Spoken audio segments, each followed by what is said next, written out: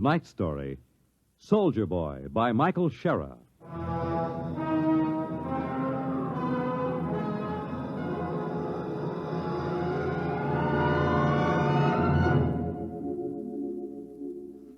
There is a Scandinavian legend. In the Northland deep, in a great cave by an ever-burning fire, the warrior sleeps. For this is the resting time, the time of peace. And so shall it be for 1,000 years. And yet we shall summon him again, my children, when we are sore in need. And out of the north he will come, and again, each time we call, out of the dark and the cold, with the fire in his hands, he will come.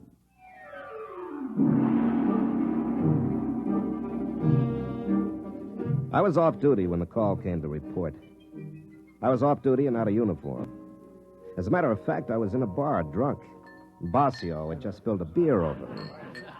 I cussed him out, and when I looked up, there was a shore patrol standing over me. Captain Dillon? Well, where did they find you, Buster? Did you flunk out of high school or get into a fight with your father and run away from home? Captain Dillon, I have a message for you. Well. Look, Basio, this is humanity's finest. He has joined the service to protect home and hearth against the savage aliens. Touching, Dillon, touching. Are you Lieutenant Basio? I have a message for you, too. Have a drink, kid. No, thank you, sir. Well, listen to that, sir, Basio. This kid has got morale. It's a fact, Dillon. He's crawling with it. Sure, I haven't heard morale like that since the Second Martian Revolt in 23. Boy, don't you know that the armed service is a scrap heap? Do not use the best iron to make nails or the best men to make soldiers.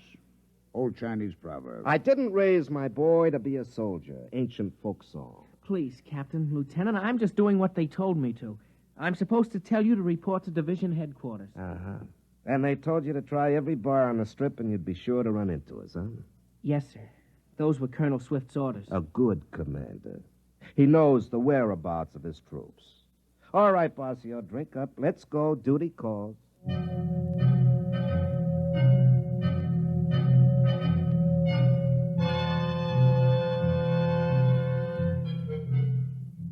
The garrison town was wide open. The street was lined with saloons, gambling houses, and whatever.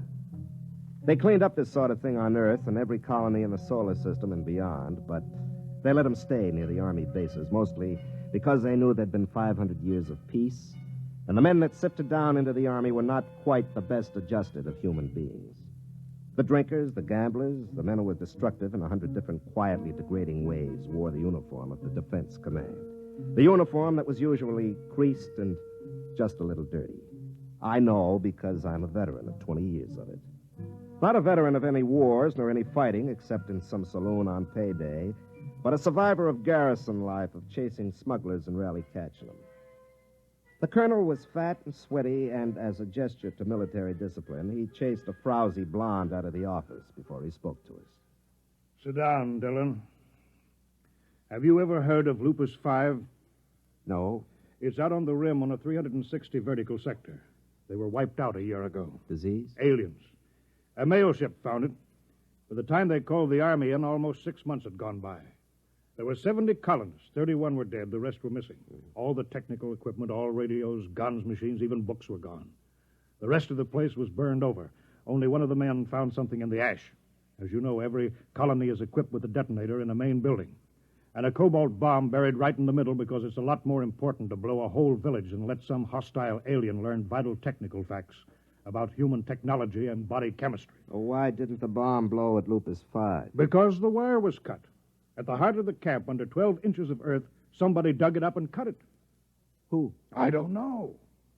Dillon, we're pulling back, evacuating the rim colonies. There's nothing else to do. No defense possible? After 500 years of peace? Look at you, Dillon. Look at me. And the rest of the Army is about the same. We're pulling out. They're not going to like that out at the rim colonies. If they don't like it, they can wait and be burned by the aliens. We can't protect them. You'll report to the 38th sector. You'll have 10 planets on your route to warn and evacuate. Try and stay sober. Yeah, I'll try. That's all. Get out of here. And send Kitty back in on your way out.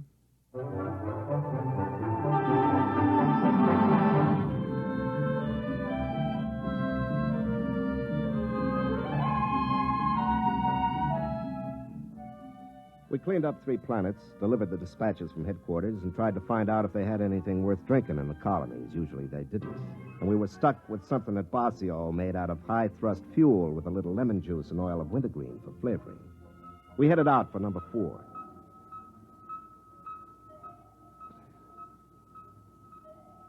Hey, Dylan. Ah, You want another belt? no, not now. I got to feed orbits into this fool computer. Light up. Come on. There she goes. You know, it's funny. What? Life. You're a 90-proof philosopher, Basio. Nah. Look, we come down on a planet. Nobody talks to us. We can stand out in the landing field in snow or sand or whatever they got on their miserable planet. Nobody wants us. Well, look at you. Can you blame them? No, you don't get it. What are we here for? To save them. To shove a firecracker under their tails and get them out while there's still time. What do they call us? Soldier boy. Drunken bum. Now, what do they do that for? 3 guesses.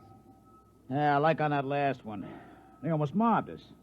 Every time we walked out in the street, they looked at us as if these uniforms were some kind of an insult. Well, look up your history, Basio. There's been too much misery tied up with soldier suits of some kind. It's practically a racial memory. Ah, baloney. They got no call to treat us like we were criminals. They would have shot me down if you hadn't taken off so quick. Yeah, look, Basio. If somebody comes and tells you got to get off the planet that's been home for 20 years and then wrecks their best restaurant in a brawl, what do you expect? A medal?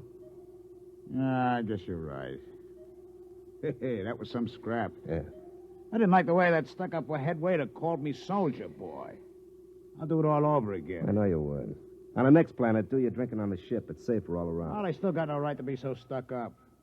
After all, somebody's got to be in the Army. Yeah, I guess so. Well, that's the last orbit. Pass me the bottle.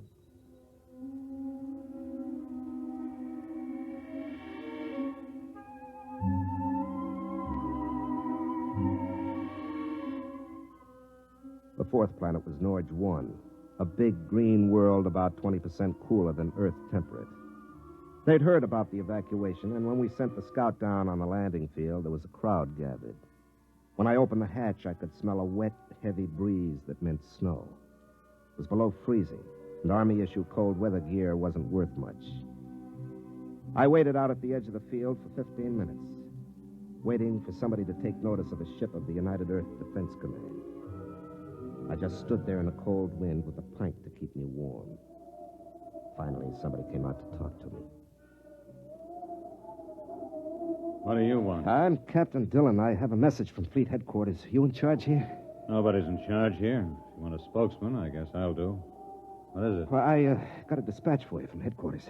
I'll look at it later. Is it always this cold? This time of year. Freeze a brass monkey. Drink? No, thank you. Mind if I do? No, you have to. I don't suppose you got any decent liquor on this planet. No, we don't have any. Yeah, I forgot. All right, let's get going. We haven't got much time.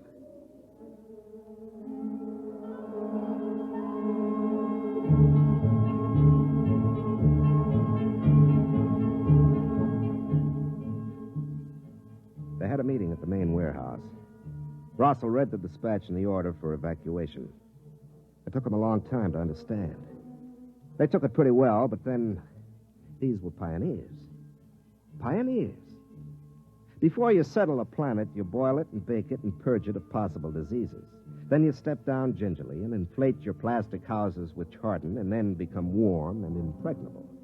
You send your machines out to plant and harvest and set up automatic factories to transmute dirt into coffee, and without having lifted a finger, you've braved the wilderness, hewed a home out of living rock, and you're a pioneer. Of course, they were angry, and as usual, they'd take it out on me. Now, look here, soldier. This is our planet. This is our home. We demand some protection from the fleet. We've been paying taxes for all of you all these years, and it's about time you earned your keep. Maybe, Mr. Russell, maybe, but there is no fleet. Oh, there are a few hundred half-shot old tubs that were obsolete before you were born, and there are 4 or 5 new jobs for the brass and the government, but that's all the fleet there is. Now, look, it's 10:30 now, and those aliens might be coming in at any time for all we know, so we'd better get going.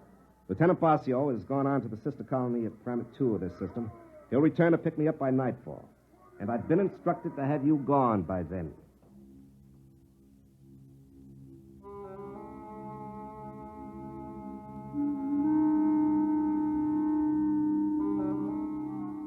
I wanted to remind them that nobody wanted the Army, that the fleet had grown smaller and smaller, but there wasn't any point to it now. I realized long ago that they were right in a way. I was a big, fat anachronism, a fossil, a hangover from the Dark Ages. Only, unfortunately, we'd run right into a new Dark Ages that came from somewhere out in the stars and picked off colonies and burned them to a cinder.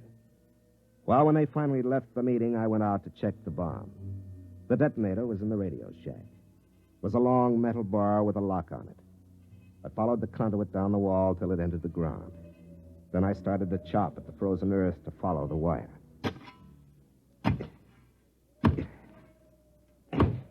Captain Dillon, Yeah. how many people can your ship take? Well, she sleeps too, won't take off with more than 10. Why? We're overloaded. There are 60 of us, and our ship won't take over 40. We came out in groups, so we never You thought. sure? She's only a little ship. She's all we could afford. Well, it looks as if somebody's going to find out firsthand what those aliens look like. It's not very funny. All right. Maybe the colony on 2 has room. I'll call Basio and ask. Aren't there any fleet ships within radio distance? Look, the fleet is spread out kind of thin nowadays. Yeah. Here it is. What's that? That's your wire from the detonator to the bomb. Somebody dug it up, cut it, and then buried it again and packed it down again real nice. Fool. Who? Well, one of us, of course. I knew nobody ever liked sitting on a live bomb like this, but I never You figured... mean one of your people? Isn't that obvious? Why? Well, they probably thought it was too dangerous, like most government rules. Maybe one of the kids. No.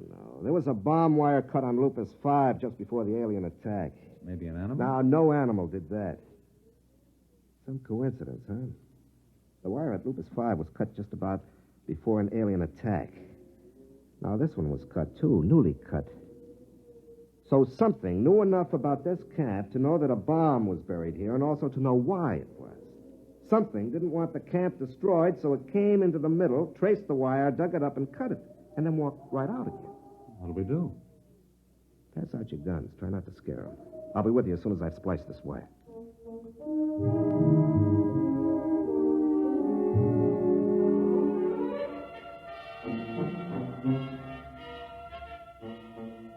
I spliced the wire, went back into the radio shack, and pulled out my pistol. I checked it and primed it and tried to remember the last time I'd fired it. The snow began falling near noon. By 1 o'clock, the visibility was down to 0. I tried to contact Basio to tell him to hurry. He didn't answer. I figured he was probably drunk or sleeping it off. I suppose I should have been out organizing some kind of defense, inspiring everybody with grim, lantern-jawed courage. But as a matter of fact, my jaw is somewhat slack, and I'm not strong on courage. So I took a belt from the bottle and considered things. The tension was beginning to get me.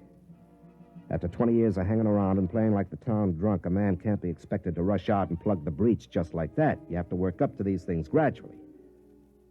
I suppose there was something to me originally, but I lost it.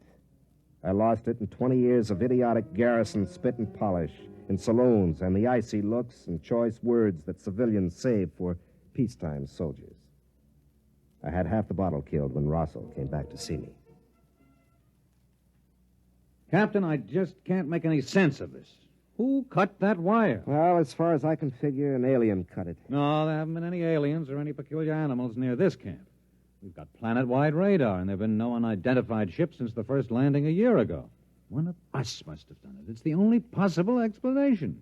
You mean a traitor? Or a dupe. Maybe the aliens can exert some kind of telepathic control. I can't see it. If they're able to control one, why not all and save half the bother? Now, look, is there any animal that ever comes near here that's as large as a dog? Well, there's a vigil. It's like a monkey with 4 legs. We shoot them now and then when they get into the crops. We're going to post sentries. Do you want to place them? Well, you know this site better than I do. Post them in a ring within calling distance, huh? Dylan, what are they like? The aliens. Do you know? No, I don't think anybody does. We don't know what they look like, or what they think like, or where they come from. Do you think they've landed yet? Don't know. With this snow coming down, they could be out there in the woods right now, and we'd never know.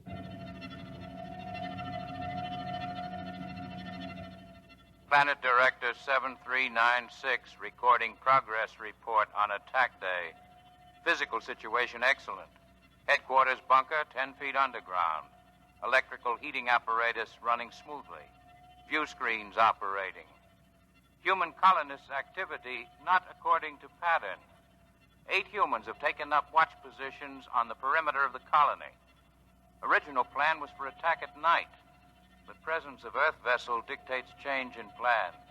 The humans move quickly. They might be gone by nightfall. It will be necessary to disable their ship, proceeding on this alternate plan.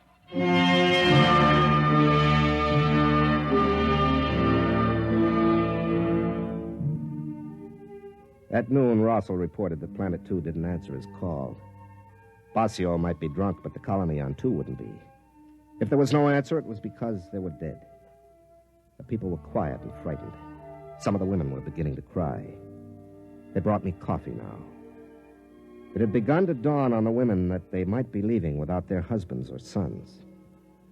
They had their ships stripped down and they were loading. The ones that were going stood outside and stripped off their clothes. Cold weather gear of 40 people weighed enough to get a few more on board. In the end, the ship took 46 people. When they were all loaded and they cleared the landing field and the hatches closed.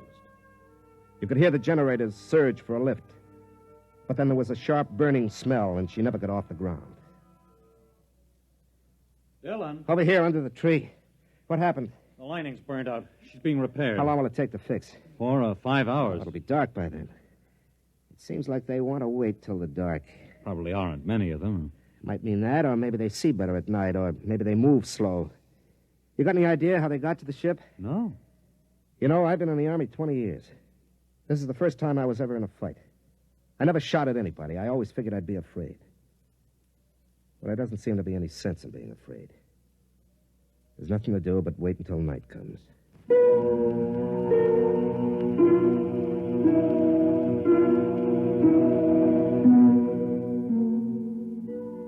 I sat there thinking of Basio.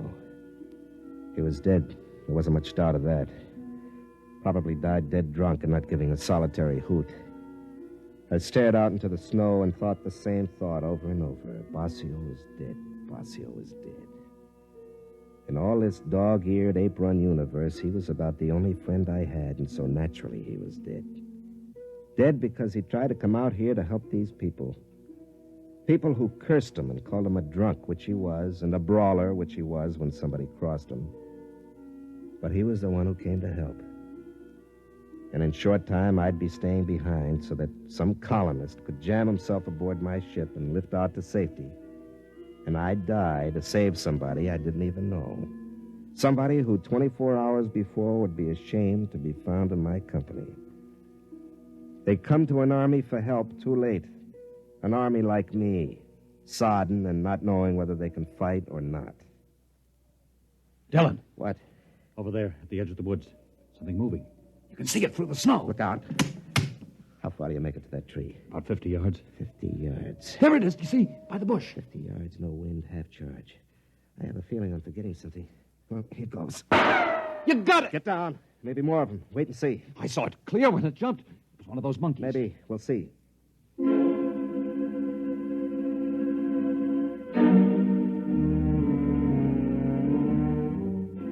I waited 10 minutes and then I ran over.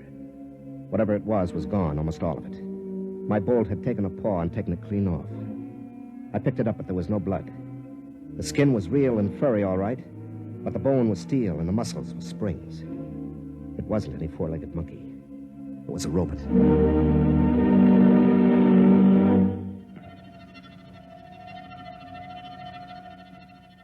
Planet Director 7396 recording progress report on attack day. Due to component tube failure, small robot unit out of control. Wandered towards settlement. took calculated risk with poor seeing due to snow that humans would overlook it and still think of it as an animal, even firing with ports open. But a part of the robot is missing, and the humans have found it. There will be no chance to disable the smaller ship now. In order to carry out total destruction, the settlement will have to be detonated. The settlement will have to be bombed from previously planted locations. I will have to leave control bunker for a more distant position as soon as protective armor is put on.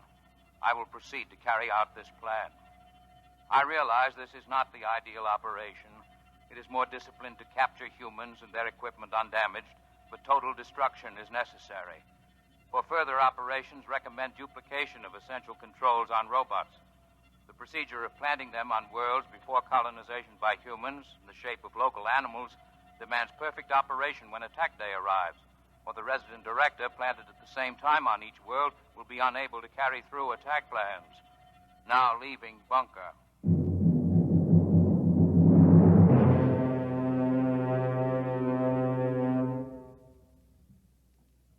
That's how they got the ship, all right.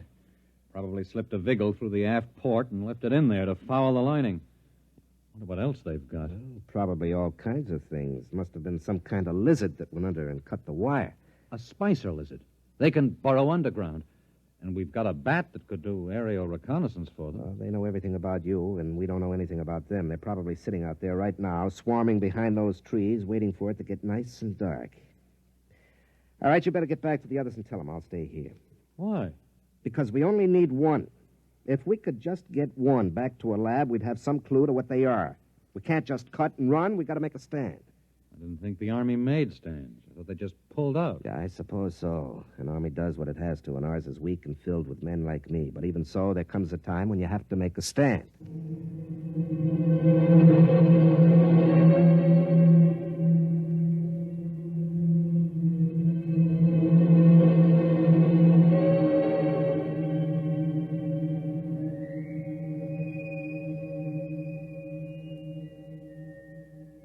I stayed out there in the snow. I wasn't thinking very calmly. It was too cold. But it was probably just as well. I put in about 10 minutes being afraid of whatever it was that was behind those trees. What I needed was luck. Just good, plain old luck. I didn't know where they were or how many there were or what kind, so I needed luck. I started to inch forward in the snow. There was nothing but quiet and the trees. I got past the first trunk. My elbow hit a rock, and it hurt. My feet were cold. And then I heard a noise. The thing was moving down the left side of a gorge up ahead. I got up on my knees, I blew on my fingers, and threw the charge level on my pistol over to full. It was a great black lump on a platform. The platform had legs and was plodding up a path that came right past me. It hadn't seen me yet, but it would. There were 5 of those little monkeys skipping on before it, acting as eyes. Then one of them spotted me and started running. My first shot took the monkey in the head, and then I aimed for the lump on the platform.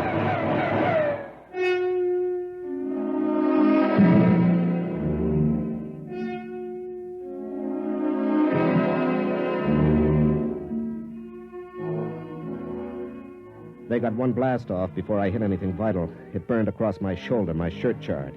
Felt as if I'd been hit in the arm with an axe. Nothing else moved.